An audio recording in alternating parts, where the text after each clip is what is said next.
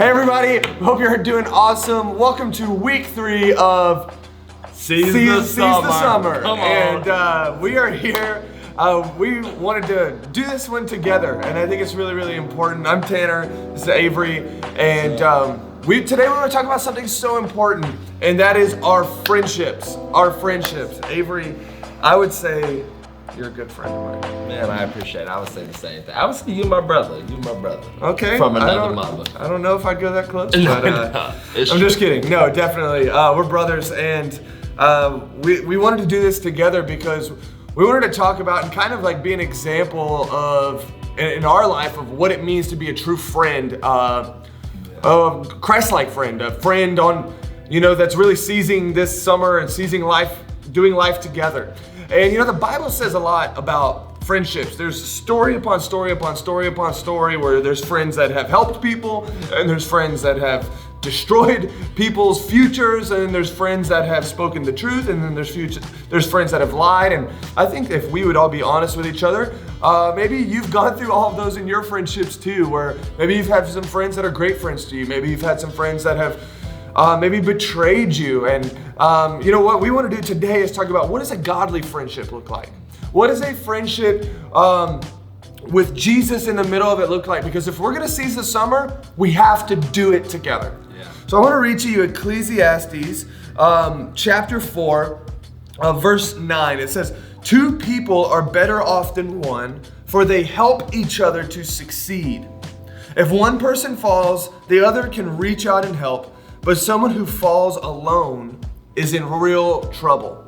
And we want that to happen in your life. We want you to succeed, and we don't want you to fall alone, and we don't want you to be in trouble. And more than just physically, spiritually, we want you to succeed. Yeah. Spiritually, we want you to have those groups of friends around you, and life is also just so much more fun in a group of godly, amazing friends. And Avery, why don't you tell us a little bit about a few different types of friends? Yeah, and so really there's 3 types of friends, and maybe we've all had friends like this or friendships like this before. The first one is that friend that you have and both of you guys are against the same thing. Sure, right. And so like in college, I was an Alabama fan and we were against Auburn. That's it. I know some people are gonna be upset when they watch that, but I had a lot of friends like that. This is the second one. Another friend is a friend where both of them are for the same thing. And so in that same scenario, I had friends and even frat brothers, and we were all for the Alabama team. Roll Tide, come on, That's it, sir.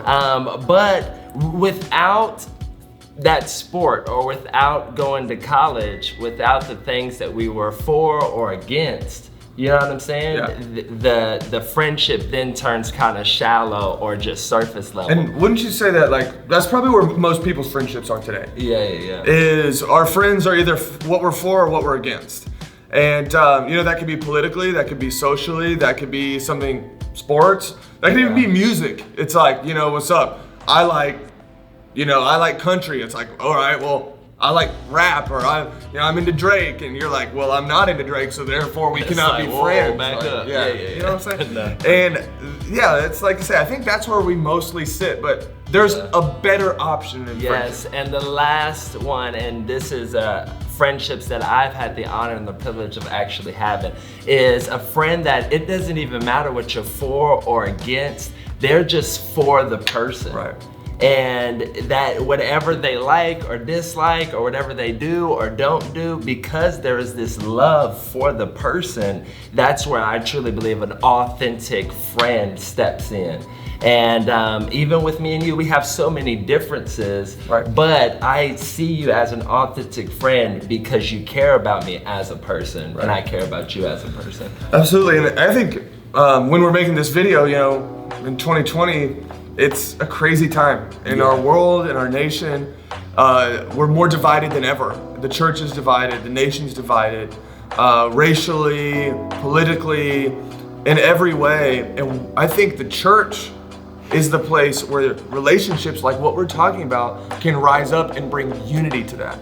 Because it really doesn't matter what we're for or against, we're for each other because of a commonality, which that commonality is Jesus. Yes.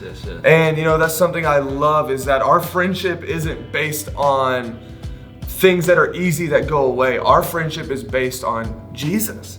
That he died for you, he died for me, and we want to pursue him together. Yeah. And we have one goal. Our goal isn't to do this or to do that. Our goal is to become like Jesus together. Yeah, no. And there's really three things that we talked about that when you have this type of friendship, really what it does. So this is what it can do for you, but this is also what we can do for others in our friendship. And that's number one is when you're in this relationship, you're known. Yeah. You're known. Have you ever felt like the friends in your life, it's like if they only knew the real you, maybe they wouldn't be your friend?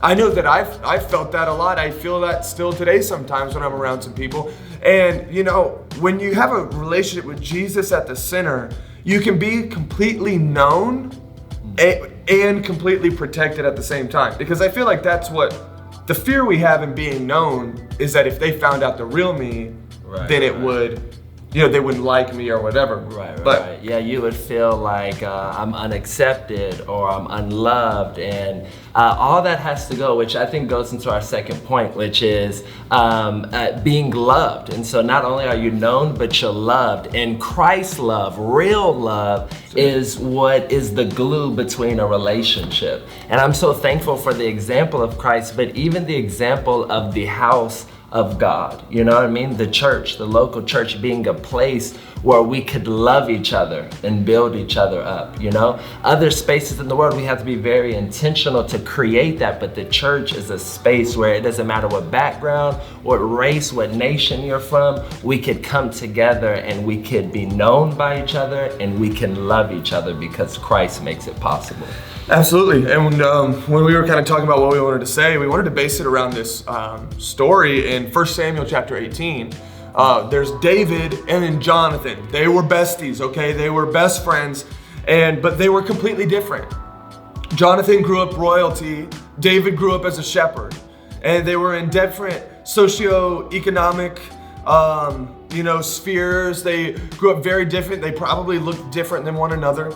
But I want to read to you 1 Samuel 20:42. It says, "At last Jonathan said to David, 'Go in peace, for we have sworn loyalty to each other in the Lord's name.' And then it says that the Lord is the witness of a bond between us and our children forever." So really what this is he's saying that their relationship was built on something greater than the things that were happening around them, and because of that, they actually could love one another. And you know, and a lot of times when we think about love, I think we think of a feeling, but no, love is an action. So like when we're known by people, we have to take action by loving them. So that's standing up for them. That's, you know what I mean? That's believing in them. When your friend's down and out, when they're feeling some type of way, it takes an action, even if you may not feel like it, to speak to them, to love them, to encourage them, to be life-giving to them. And what we have to realize is the world doesn't really have friendships like this because they're stuck in the what I'm against and what I'm for friend mentality. But we as Christ followers can have true unity because we're friends in the Lord's name. And so when we're known by each other and we're loved by each other, I'm telling you, it is so deep within your soul. Friendship becomes so deep within your soul that it's different than you ever. I know, like friendship for us, we have a different friendship than I ever thought that I could have because it's solely based around God. No, I think that's good. And I feel like when we have that foundation, then we can do the third thing, which is celebrate. We can celebrate each other. That's it. And I wanted to just share this with you, man. Like, you married me and my wife. You know what I mean? You were there for that celebration. When we moved into our home, you were there for that moment. The ministry moments that we've had where we've celebrated big wins and what God was doing. And I think about all this over time. When I think back, it's like, man, my brother was there for me in this moment, in that moment. And when I think to the future, it's like, man, I can't wait till you have kids one day. And like all these celebration moments that me and my wife talk about that we would never miss is because of that foundation of what Christ at the center of our relationship has really given us, you know, and placed in our heart for each other. Yeah, I mean, well, thank you, by the way. I feel the same way. And I think that the reason that's so important is because the world's way is I tear you down to lift myself up. Yeah. You know what I mean? Like I'm gonna jab, sarcasm, whatever it may be, and I'm gonna push people down so that I can lift up. And that's the way of God, is as I lift others up, I myself am lifted up. No, I absolutely agree with that. And so in friends, you know, as a godly friendship, it takes that. And I love what you said, over time. Right. And just being committed, not being flaky, really just living those things out, known, loved, and celebrated, is so important. And then I think, you know, lastly, which this isn't really in the thing, but it's like, when you do that, your friendships will end up projecting you into your future. Yeah. When you have true, real, godly friendships, you will somehow be launched into the calling and the future that God has for you. So maybe you're like, Tanner, I want to know what God has for me. I want to know what the future holds. I want to know what college to go to. I want to know what my career is going to be, what God has called me to do. And I'll tell you this, it's simple. Find godly relationships, whether that's your small group leader, the people in your small group, like the students team, whoever it may be. And I'm telling you, those relationships are the way that you will be projected into the life that God has for you. So how do we seize the summer? We have to seize it by doing it together. And not doing it the world's way, doing it God's way, letting God be at the center of our friendships. So we've tried to make it as easy as possible for you by providing small groups for you. You know, small groups are not just like a church gimmick that we think is cool. No, like Avery is in my small group. And that's why we have this relationship. And so I would encourage you, if you're not in a group, go to a group. You know, go to celebration.church, go to the link in our bio. We try to make it as easy as possible for you to get involved in a small group, because that's where real relationships start. Yeah, I absolutely agree. And so, hey, make sure that you like this video, and also, hey, use this as a great tool for a conversation in your small group. Hey, or get with somebody, get with your family. Hey, and let's be discussing this. We love you guys so much. Love you guys.